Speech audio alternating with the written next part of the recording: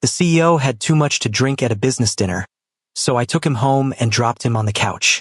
Suddenly, he grabbed my arm and pulled me into his embrace, refusing to let go. He kept mumbling, "Baby," saying I smelled amazing, like peaches. If anyone's a peach here, it's you, I thought to myself. Trapped in his tight grip against his chest, I couldn't move an inch. I could feel his chest rising and falling with each breath. He had this faint sandalwood scent that was mostly masked by the alcohol. You could only catch it if you were really close.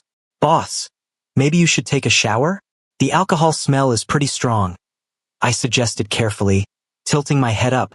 After a long pause, he finally spoke. "You don't like it?" My mind raced, trying to figure out how to respond. "Then I'll go shower. Wait for me here." He got up and headed to the bathroom. "Wait for what? I need to go home," I screamed internally. "Wait while he showers?" I immediately jumped up and made a break for the door. "What the hell? You need a fingerprint to get into his place, and apparently you need one to get out too." Just then, a shirtless man emerged, broad shoulders, narrow waist, wearing nothing but a towel around his lower half. Water was still dripping from his hair as he used another towel to dry it. It was Mason. "Boss," I said quietly. He looked up at the sound, a slight smile playing at his lips. "It's too late, and it's still raining outside. You're staying here tonight." It wasn't a question, it was a statement. "Okay, I'll sleep in the guest room," I said quickly. The guest room was pretty spacious, huge by my standards. Anyway, my phone suddenly buzzed. It was a message from John, my college roommate and now coworker, one of my few close friends. He's the one who'd egged me on to take Mason home in the first place. "Charles, how's it going?" "Nothing's going on.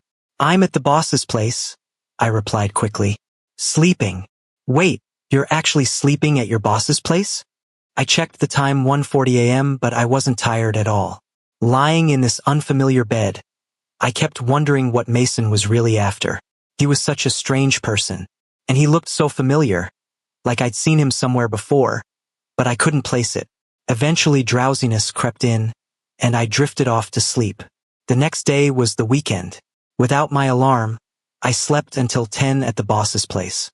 I woke up in a panic, running my fingers through my naturally curly, now completely disheveled hair. As soon as I opened the door, I saw Mason sitting at the dining table in casual clothes, gray top, black pants, completely different from his work attire. We locked eyes for a few seconds before I broke the awkward silence. "Morning." Immediately regretted it. "Who says morning at 10? Go wash up first, then come eat," he said. Clearly, he didn't remember anything from last night.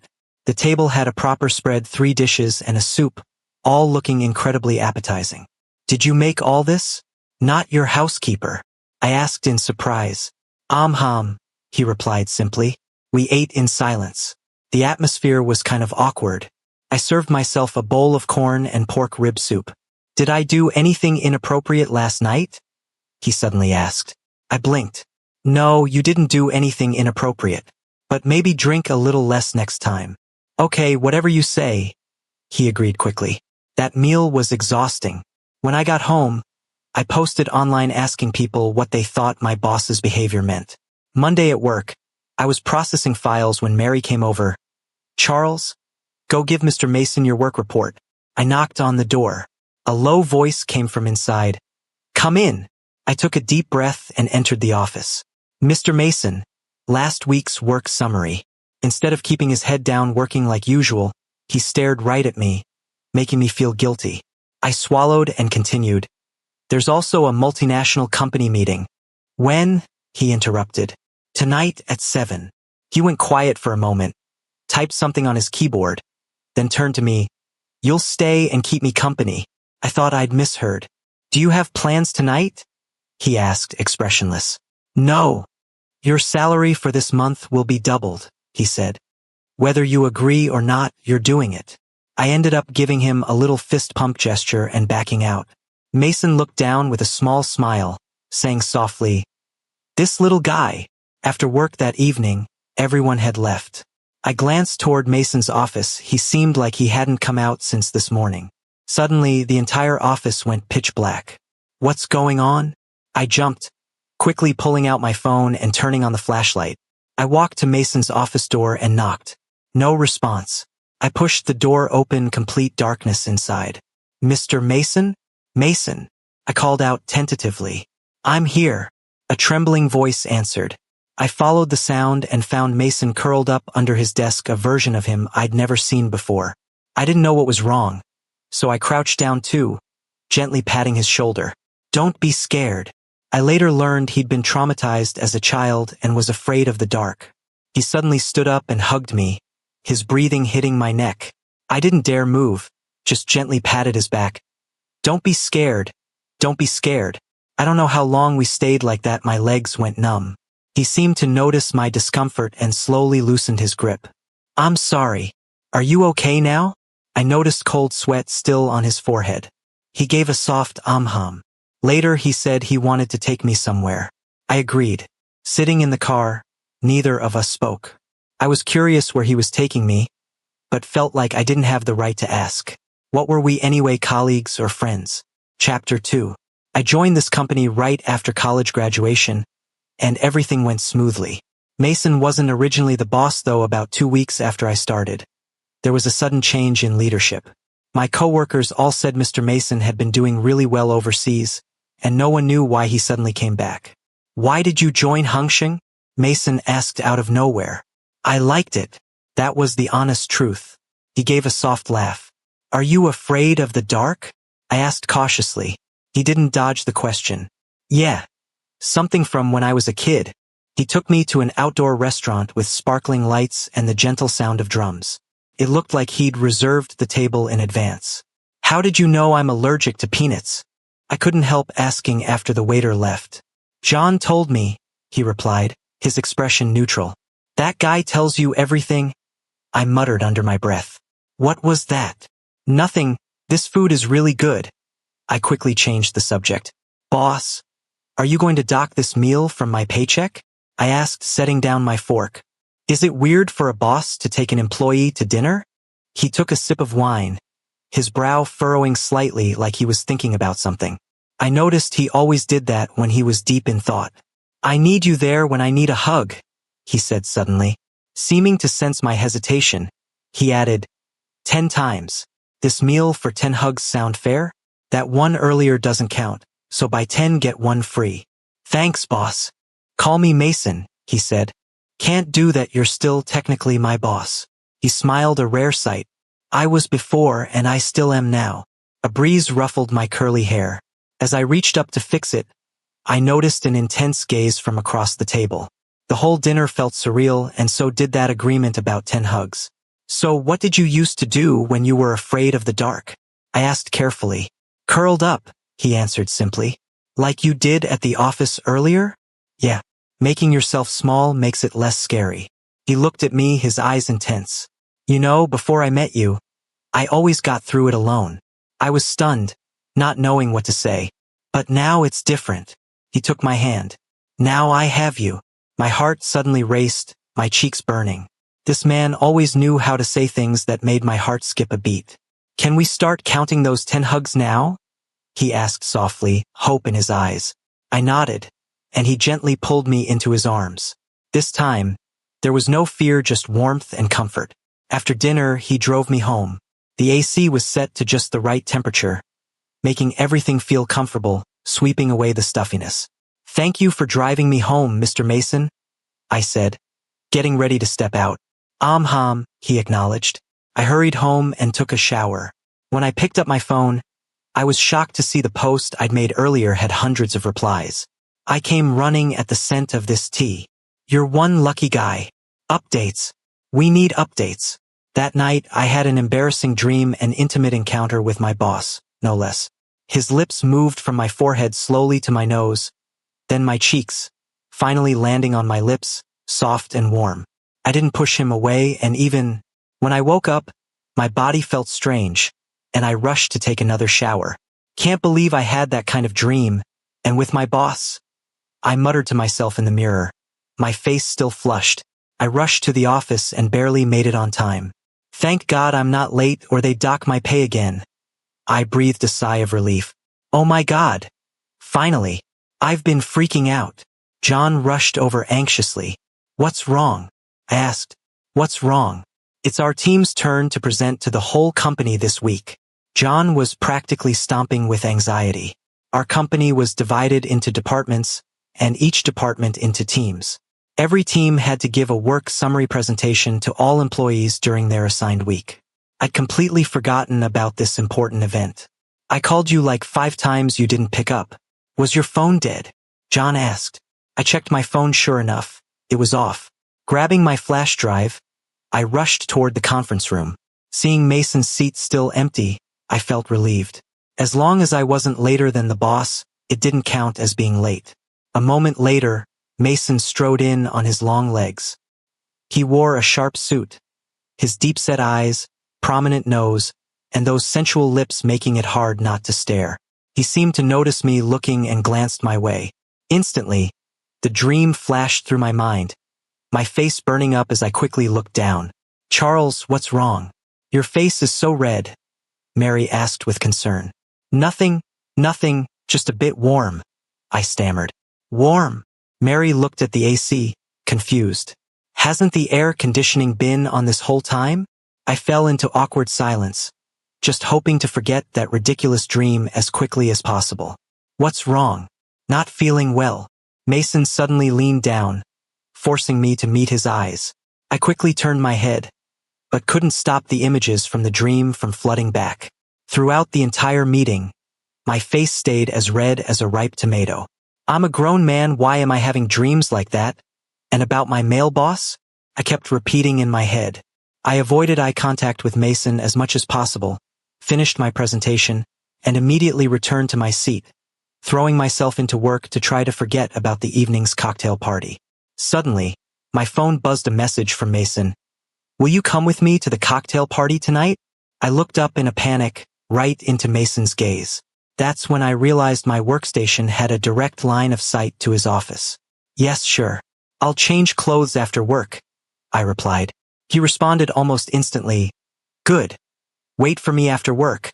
As quitting time approached, my heart beat faster and faster, like something was trying to leap out of my chest, but the feeling wasn't unpleasant. Charles, got a date after work? A coworker teased. No, I quickly denied, only to realize my face was red again.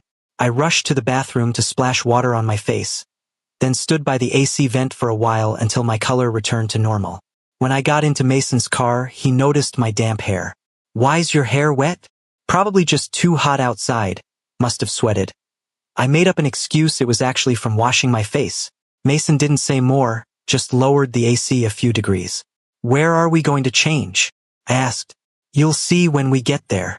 We arrived at an upscale clothing boutique where a clerk immediately approached. Mr. Mason, here's the suit you reserved. Before me was a custom white suit of exquisite quality, with a black butterfly brooch at the collar, perfectly tailored pants, and 2 gold buttons at the cuffs, formal yet distinctive. Try it on. Do you like it? Mason looked at me. His gaze was gentle and tender, completely different from at the office, leaving me momentarily dazed. What's wrong? You don't like it? Seeing my lack of response, he asked. No, I'll try it right now. I quickly took the suit into the dressing room. Surprisingly, the suit fit perfectly, as if it had been made to measure. My curly hair with this suit struck a balance between formal and playful. This suit looks perfect on you, the clerk gushed. Do you like it? Mason asked me. Yeah, I love it. I nodded. On the way back, I had so many questions but didn't know where to start. Just ask whatever you want to ask, Mason said, as if reading my mind. This suit must have been expensive. How should I pay you back? I voiced my concern. Mason smiled. Pay me back? I'm a businessman, I believe in mutual benefit. Just agree to one condition. What condition? I asked nervously. On top of the original agreement, 10 more hugs. How about it? Just hugs, nothing more. Wouldn't you be getting the short end of the deal? I asked, puzzled. Not at all. For me, that's more than enough, he said meaningfully. Chapter 3. When we arrived at the reception, Mason introduced me. This is Professor Linda, a teacher I deeply respect. Today is her daughter's birthday. I looked at the woman called Professor Linda. She had big wavy curls and was well maintained, though fine lines showed at the corners of her eyes. She wore a bright red shawl that seemed a bit bold, but under the warm yellow lighting, it actually looked quite elegant. Professor Linda's gaze swept over me as she asked Mason with a smile, "And who might this be?" Her expression made it clear she'd noticed something unusual between Mason and me. "A colleague," I quickly answered. "A friend," Mason said at the same time. Professor Linda chuckled and didn't press further. "Ha! Well, you two enjoy yourselves. I've got things to attend to." After Professor Linda left, I felt an inexplicable wave of guilt. Mason narrowed his eyes and tilted his head at me. "A colleague." I avoided his gaze, unable to stop myself from thinking about that dream. "Mason, you made it!" A bright female voice called out. It was Professor Linda's daughter, Amelia. She wore a pale pink dress with her hair in a messy bun, revealing her fair neck, her smile sweet. Judging by how she acted around Mason, they seemed pretty close. I tactfully tried to step back, but Mason grabbed my wrist. "Where are you going?" he asked. "I need to use the restroom." I made up an excuse. "I'll come with you." He turned to Amelia. "Sorry, excuse us for a moment." As he pulled me through the crowd by the hand, I couldn't help but ask, "She seems really into you. Are you too?" "She's just my mentor's daughter. I've always thought of her as a little sister." Mason calmly cut me off. I didn't say anything more, though I couldn't help thinking this birthday party probably wasn't that simple, more like a prelude to some business marriage arrangement. Amelia's father had passed away early, and her mother had raised her alone. She was undoubtedly hoping to find a reliable son-in-law. Mason was young and accomplished, with excellent prospects for his company, the ideal candidate, no doubt. Mason had been really good to me lately. I'd even started to think maybe he liked me a little. At that thought, I lowered my head, my fingers unconsciously twisting together. "What's wrong?" Mason stopped and gently took my hand. His palm was warm, the veins visible on the back of his hand. "Are you finding this boring?" I nodded. People around us were sneaking glances, speculating about our relationship, but no one dared approach. Mason reached up and gently patted my head, letting out a soft laugh. The sound was just loud enough for me to hear. That laugh was so familiar. I felt like I'd heard something similar back in high school. After Mason took me home, I lay in bed tossing and turning, unable to sleep. My mind kept replaying the day's events. Were we getting too close? I glanced at my phone, 3:26 a.m.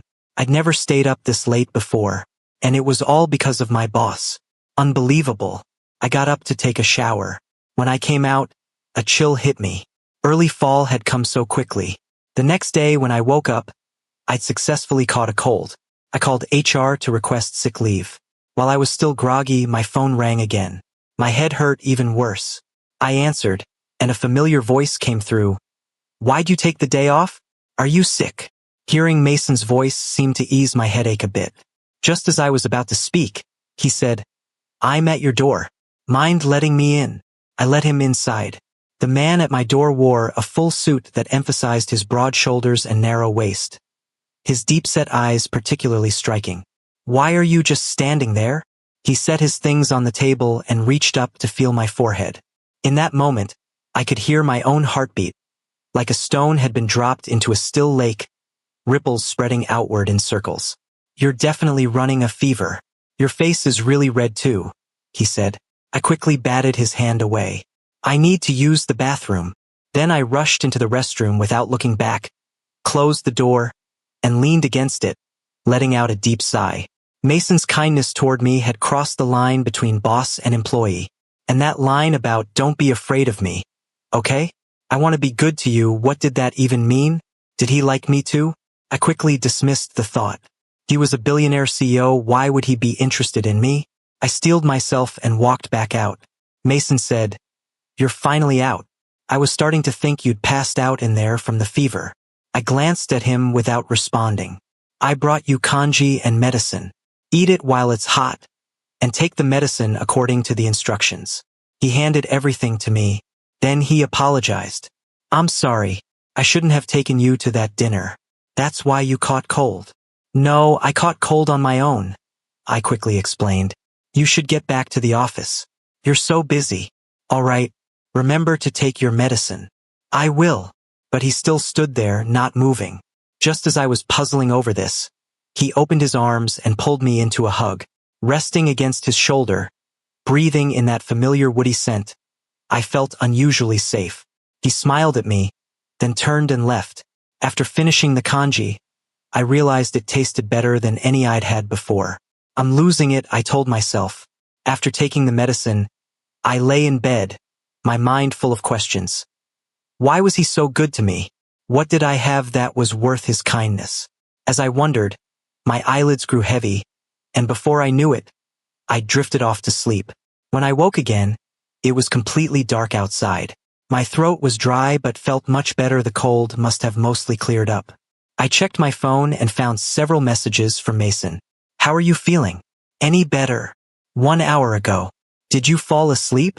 Message me if you're not feeling well. Another hour before that. Getting off work now. Coming over. The most recent. It was nearly 7:30 now. As I was looking at my phone, another message came through. Come downstairs. Taking you to dinner. Okay. I glanced at myself in the mirror and tried to tame my hair, though one stubborn cowlick stuck up anyway. No time to worry about it. I rushed downstairs, not even sure why I was hurrying, like I was late for work or something. As I got in the elevator, I caught myself at that comparison and couldn't help but smile. The elevator doors suddenly opened. Mason stood outside, that heart-stopping face of his.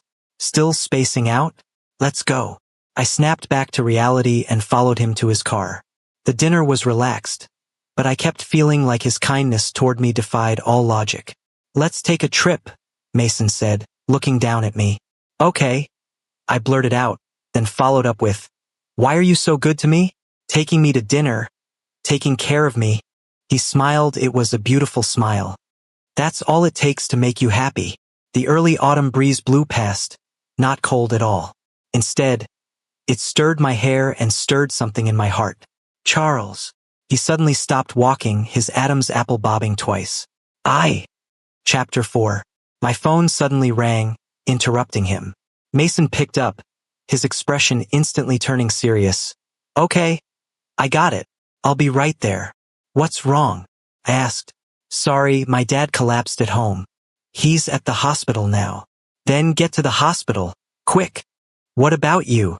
I'm fine. I can take a cab back. You should go. No way. I can't just leave you here alone. Come with me.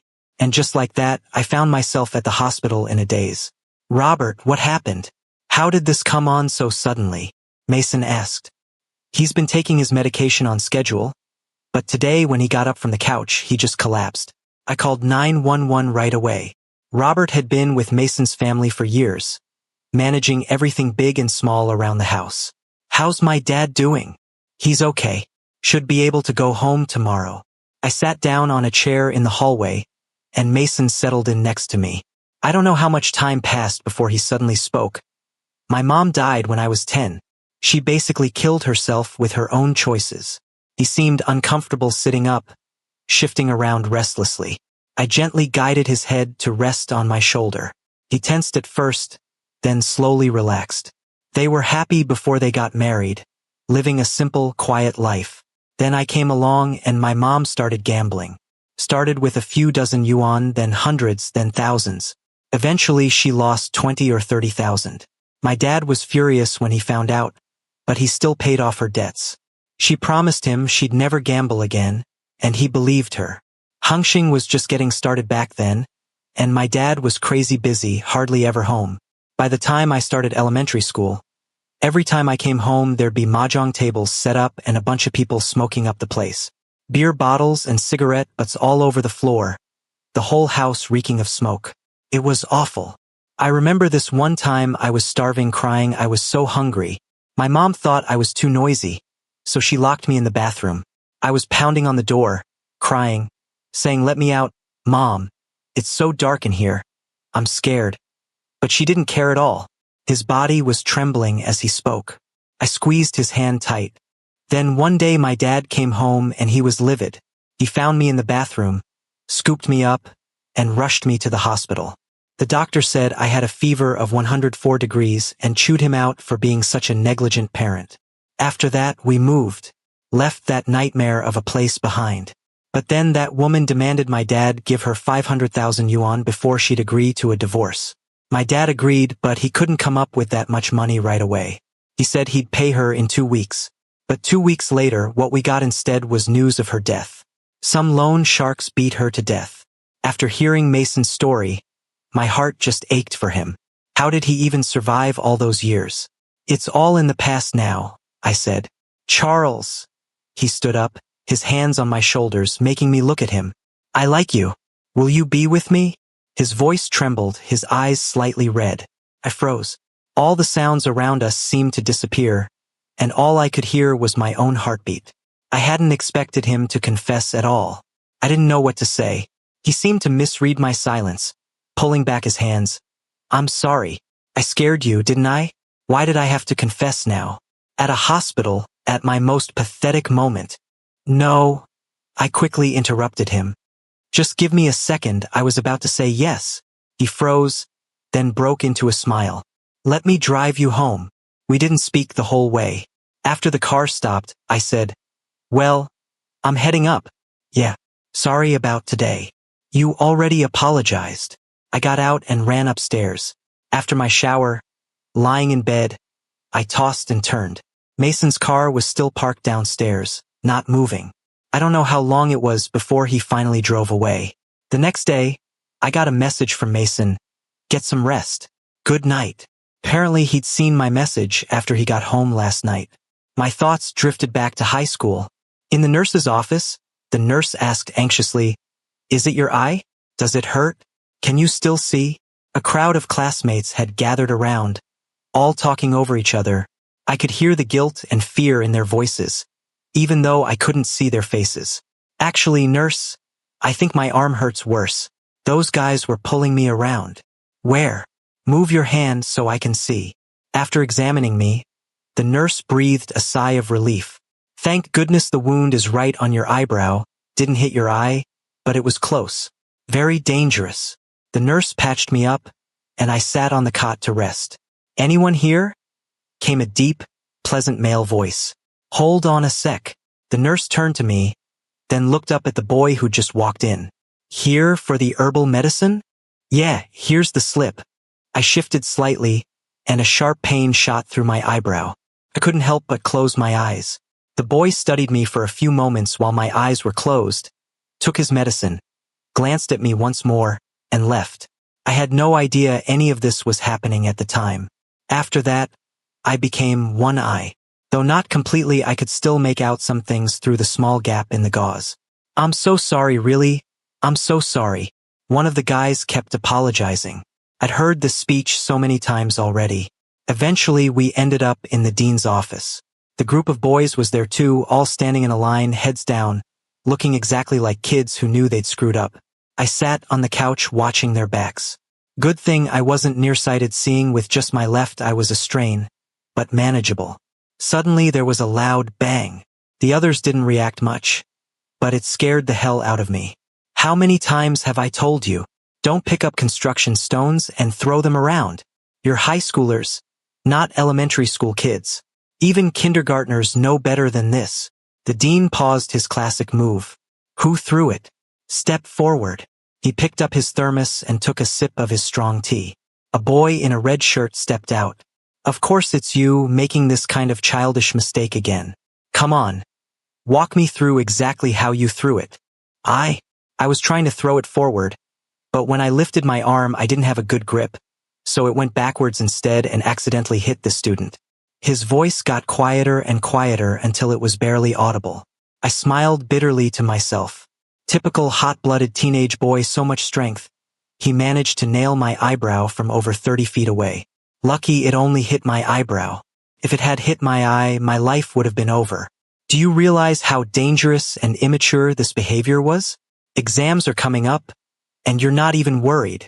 Later, those boys formally apologized to me in front of the dean and other teachers, and were assigned 8,000-character self-criticism essays.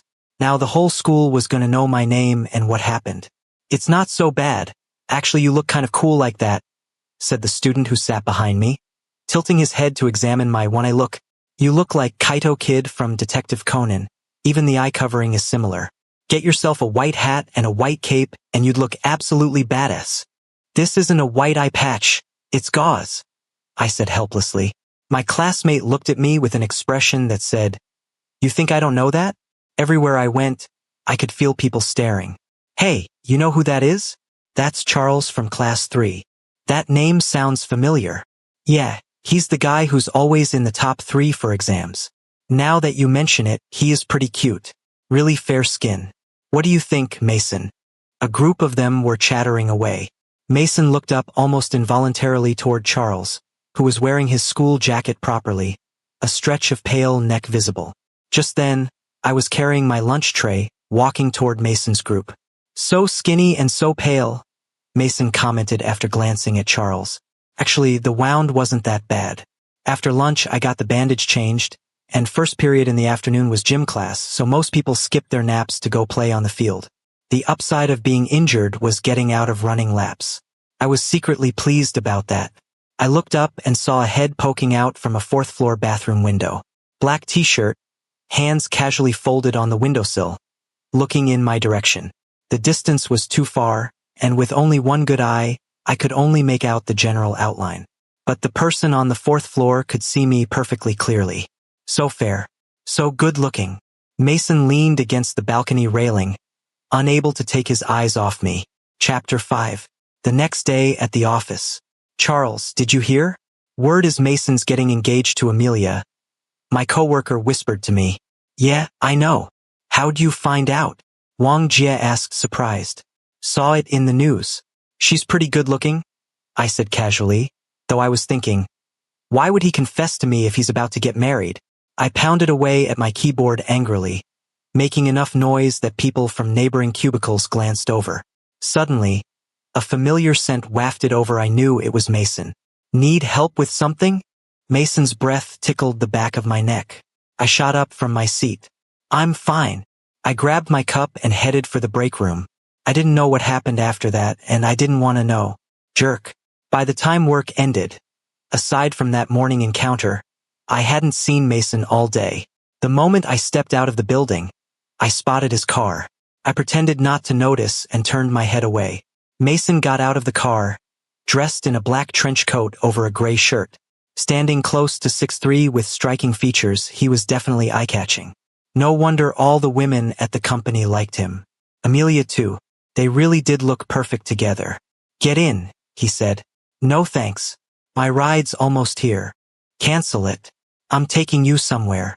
I didn't move, so he grabbed my wrist and pulled me into the car. "Where are you taking me?" "Selling me off," I asked irritably. "That'd land me in prison," he said calmly. "Don't worry. I can afford it." What ridiculous things to say. "If you're selling me off, your Miss Amelia's going to be heartbroken," I said sarcastically. "When did I ever say I was marrying her?" He explained. "Professor Linda came to see me today about that. But I already turned it down." I didn't say anything, just watched him quietly. He was driving with one hand, focused on the road. I turned my head and our eyes met. I quickly looked away, my heart racing a bit. "So that's why you've been acting weird all day," he said softly. "I haven't been acting weird," he chuckled. "Really? Fine," I gave in. "If you say I haven't, then I haven't." Before long, we arrived at our destination, a famous tourist street. "There's a fireworks show tonight," he said. "Oh," I nodded. A gust of wind blew by and I couldn't help hunching my shoulders. Noticing, he grabbed a jacket from the car. Before I could react, he'd taken my wrist and was helping me into it. That familiar scent again, a subtle woody fragrance mixed with a hint of mint. Smelled good. I looked down at what I was wearing. A camel cardigan with dark brown wide-leg pants, now topped with his cream-colored coat. Felt warm. I compared our outfits and suddenly felt like we were wearing couples' clothes. I looked up and met his gaze. The street was crowded with people walking close together, making the space feel cramped. "What time does the fireworks show start?" I asked. 8 o'clock. It's 7:40 now. He checked his watch. "Almost time. Let's go find a good spot." I nodded. We quickly found a perfect corner to watch the fireworks from. 5 more minutes, he said. "Okay," I replied, feeling my throat go dry as I swallowed. I like you. I gathered my courage and said, will you be with me? His eyes were dark but bright. His lips parted slightly. He looked nervous. You already said that, he said softly. Yeah, I did, I said, a bit embarrassed. Last time, if you just waited a little longer, I would have said yes. His eyes widened in surprise. I'm saying yes, he said with a smile. I'll be with you. Right then, boom, a massive firework exploded in the night sky. One burst after another followed. A cascade of brilliant colors painting a spectacular scene. We walked hand in hand. After the fireworks show ended, the crowds thinned out. Around 11, he drove me home. The car stopped outside my building. Well, I should head up, I said. I thought I saw a flash of disappointment in his eyes. Was I imagining it? I unbuckled my seatbelt and quickly pecked him on the lips. He froze. I was about to open the door when he suddenly grabbed my wrist. Our faces were so close. Our lips just inches apart. One of us would only have to lean in slightly to kiss. I really didn't think he could hold back. Suddenly, he kissed me. His lips were cool but soft. One hand cradled the back of my head, while the other wrapped around my waist, pulling me close as the kiss deepened. Only when I was nearly out of breath did he reluctantly let go. I collapsed against him, breathing hard. We stayed tangled together for a while longer before I finally got out and went inside. It was past midnight and I still couldn't sleep, thinking, I'm actually together with Mason. My phone buzzed a message from Mason. Miss you already. Good night. I replied, me too. Good night. The next morning, I came downstairs to find that familiar car already there. What are you doing here? I asked. Get in. He opened the door. The moment I sat down, he kissed me. Watch it, Mr. Mason. I emphasized those last two words. Company has a no dating policy? He raised an eyebrow. Weren't you the one who said that? I shot back. So we need to keep it secret for now? He asked with a grin. Looking at him like that, if he had a tail, it'd definitely be wagging high right now. Over the next few days, we kept stealing kisses in the break room, holding each other in his office, and even in crowded elevators, he'd sneak his hand into mine. Finally fed up, I lightly smacked the back of his hand, and only then did he dial it back a little. Before we knew it, year-end arrived and the company was throwing its annual party. Usually only co-workers went. Mason never attended, but this year he said he was coming. I tried to talk him out of it, worried everyone would feel uncomfortable, but he wouldn't listen. Chapter 6. At the company dinner, Mason sat at the head of the table with me beside him. Everyone seemed a bit on edge, and I noticed people sneaking messages in the group chat. Why did Mason show up this year? No idea. This is awkward. I brought cards for games too. Charles, you've been hanging out with Mason lately, right? Say something, it's getting uncomfortable in here. I was scrolling through my phone when Mason broke the silence. Everyone, please eat. The tension eased a little. Want a drink, Charles? A coworker asked. No thanks, I said politely. Oh, come on, just a little, she insisted. It's fruit wine, super low alcohol content. Seemed rude to keep refusing, so I tried a sip. It was pretty good, with a strong grape flavor, easy to drink. A chubby guy named Zhou Xiang piped up. How about truth or dare? Simple enough. Everyone agreed. Suddenly, all eyes turned to Mason. I'll play, Mason said casually. Okay, we'll spin the bottle.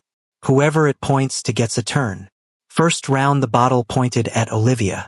Everyone immediately started cheering. Is there anyone here you like? Someone asked.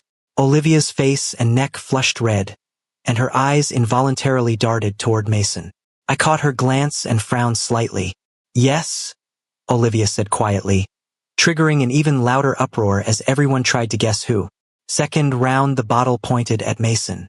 The room went dead silent. Nobody dared ask him anything. Everyone was ready to just let it slide when Olivia suddenly spoke up. Mason, do you have someone you like? Her head was down, voice trembling. Everyone held their breath for Olivia. Yes, and we're already together, Mason said calmly, though there was a hint of pleasure in his tone. Under the table, I gave him a light kick. Everyone was too focused on the game to notice our little exchange, and the group chat had gone completely quiet. Third round, wouldn't you know it, the bottle pointed at me. Charles, are you seeing anyone? I instinctively looked at Mason. He raised an eyebrow like he was enjoying this. Yes, I answered softly. After the party ended, everyone headed to a KTV. Mason and I made an excuse and left early to spend time alone together. Since New Year's was coming up, I'd be heading back to my hometown in Sea City while Mason stayed local. We walked along the river. It was late and the streets were nearly empty. It's only 12 days. It'll fly by, he said reassuringly. We were holding hands, fingers intertwined. I swung our joined hands without saying anything, just leaning against his shoulder. Maybe because it was my first time drinking, I felt a little dizzy and really sleepy. I'm tired, I said. Yeah, it's getting late. He leaned down and kissed me lightly on the lips. Let me take you home. Mason hadn't been drinking, and the car's heater was running full blast. I adjusted my seat, and soon my eyelids grew heavy and my vision blurred. The quiet car was filled only with the sound of my steady breathing. I don't know how much time passed before I groggily opened my eyes to find Mason asleep in the seat next to me, our hands still tightly clasped. I couldn't help but smile. Without disturbing him, I just quietly watched his face. His eyes were closed, his expression relaxed and gentle. Below his straight nose, the corners of his mouth curved slightly upward. I stared, mesmerized, and somehow found myself leaning closer. Suddenly, his eyes opened. I jumped, instinctively pulling back, and ended up falling against his chest. He reached up to cradle the back of my head, and the next second he was kissing me. At first he held back, but as his breathing grew heavier, the kiss deepened. He skillfully parted my lips, kissing me with passionate intensity. My whole body tingled as I found myself kissing him back. After a long while, he reluctantly pulled away, leaving my lips feeling hot. When did you wake up? I asked. The moment you started staring at me, he said with a smile. You should head up. It's late. I looked at the desire burning in his eyes and his labored breathing. After a moment, I said quietly, Want to come up for something to eat? He looked at me in disbelief, his breathing quickening even more. In the elevator, I felt nervous, but mostly excited. The moment I opened my door, Mason grabbed my wrist and shut the door behind us. In the dark entryway, I saw his bloodshot eyes. I swallowed hard. We were too close. I instinctively tried to back away. Trying to run? Too late, he said, and then kissed me hard. We kissed our way toward the bedroom. Outside, snow had started falling at some point, a thin layer already covering the ground, making everything feel cold. But inside the warm room, it was like two flames burning together, intertwining, as if our souls were resonating in the depths. By the time dawn approached, we finally fell asleep in each other's arms. I didn't wake up until the next afternoon, my whole body aching. The space beside me was empty. You're up? Hungry? He came in. Come eat something. I smelled shrimp and vegetable congee. After washing up, I found a soft cushion placed on my chair. Suddenly remembering last night, I blushed and shot him a look. After finishing the congee, he washed dishes in the kitchen, while I sat in the living room hugging a pillow, suddenly feeling the cozy warmth of married life. What time's your train? He asked. 6 o'clock. We've got time, he said, drying his hands as he walked over. All packed. Pretty much. Not much to bring. At the station entrance, I felt reluctant to leave. In that moment, I finally understood how couples in love feel when they have to say goodbye. I'm going in, I said. Okay, be safe. Text me when you get there. He touched my head. I nodded and turned toward the station. His hand hadn't let go. Suddenly he said, Give me a kiss. So direct it made me blush. There are so many people here, I protested quietly, catching sight of a couple nearby kissing passionately. I sighed. I'd only meant to brush his lips lightly, but Mason pressed the back of my head and deepened the kiss. When we separated, my lips were bright red. He grabbed my hand again. Video call me every night at 8. I nodded, watching his car disappear from view before leaving. Dad, I'm home. William had been discharged from the hospital, the deep wrinkles still etched in his face. Only father and son were in the big house. Everyone else had gone home for the holiday. William was cooking, a rare sight. Mason tried to take over. Didn't you say I'd cook? I'm not that weak. Still got plenty of life in me. Next time I'll do it. Kid, I'm definitely living long enough to hold my grandkids. Mason froze for a moment, then made up his mind. Dad, I'm seeing someone. William laughed heartily, clapping his shoulder. That's great. It's a guy. A guy that's... Wait, that's good. William hadn't processed it yet, his expression changed. Mason quickly grabbed his medication. William took a pill and after a while recovered. Say that again. It's nothing. Let's eat. William cut him off. At 8 o'clock sharp, the video call came through. I miss you so much. The braised pork trotters my mom made today were amazing, I said excitedly. Mason smiled. I came out to my dad today. Silence on the other end for 10 seconds. You what? What did he say? Actually, after dinner William had stopped Mason. Do you really love him? Yes, very much. William smiled. I loved your mother very much too, back in the day. But never mind that. Love bravely. Don't worry about what others think. Dad will always support you. Thanks, Dad. Silly boy. I thought your dad was going to kill you. I joked. Mason laughed. He wouldn't. The next day I came out to my parents too. As expected, they struggled with it, especially my dad. That afternoon, Mason suddenly showed up at my door. What are you doing here? He took my hand and walked inside. Hello, Uncle and Auntie. I'm Charles's boyfriend, Mason. The gifts in his trunk surprised me. My mom, seeing his handsome appearance and respectable career, softened a bit. My dad kept a stern face.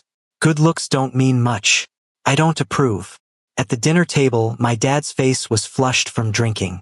Come on, Mason, down this glass. How about I take you as my sworn brother? Mason actually drank it. By the next morning, the two were calling each other brothers. My mother called me into her room. Are you sure about him? Yes, I said firmly. All right, I won't stand in your way. Your father will come around too, the way he's acting. Mason woke up with a splitting hangover headache. You're up. I handed him warm water. Remember last night? You practically became blood brothers with my dad. I laughed. My parents agreed to let us be together. Chapter 7. We walked hand in hand down the country road. The snow had melted, and wildflowers along the roadside glistened with morning dew. Mason stopped and looked at me intently. Charles, we actually met back in high school.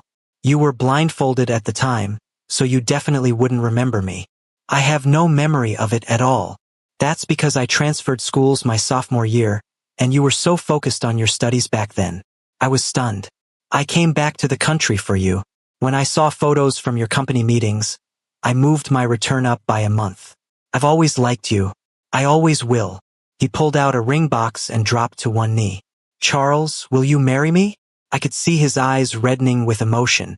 Yes, I will. The ring had been custom-made long ago, with both our initials engraved on the inside. I haven't gotten your ring yet, I said, a bit embarrassed. Let's go buy it right now. He grabbed my hand and we rushed straight to the mall. A week later, I slipped the ring onto his finger. After the cold snap passed and the weather warmed up, we flew abroad to get married. At a corporate networking event, the MC announced, "Please welcome the CEO of Hongxin Corporation, the youngest CEO in our city, Mr. Mason." He strode onto stage in a sharp black suit, commanding every eye in the room, wearing the ring I'd given him. Hello, everyone. I'm Mason. He scanned the audience, then added, one last thing, I'm married. He raised his left hand, and the ring sparkled under the lights. The person I love is right here in the audience. I love him very much. The crowd erupted. He walked straight off the stage and took my hand. We smiled at each other and ran out of the venue together. The chaos behind us felt like nothing but well wishes. Our two silver rings clinked together as we ran, pressed close together. Aren't you scared? I asked. You're all the courage I need. I have nothing to be afraid of. Meeting you, I'd risk everything. And lucky for me, I won. If you enjoyed this story, remember to subscribe to my channel.